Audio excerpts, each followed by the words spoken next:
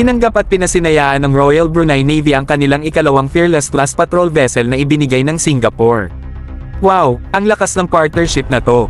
Alam nyo ba kahit mayaman ang Brunei, maliit lang ang kanilang naval force.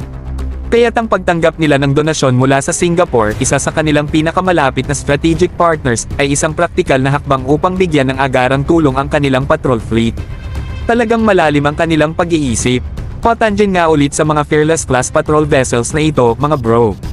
Hindi pa naman sila gaano katanda, simula pa lang ng paggamit ng mga ito sa Republic of Singapore Navy noong 1996.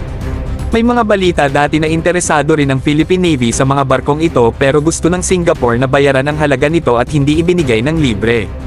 At alam nyo ba, sobrang malapit talaga ang Singapore at Brunei sa isa't isa. Nagbibigay ng training ang Singapore sa Royal Brunei Armed Forces at mayroon pa silang permanenteng jungle training base sa Brunei.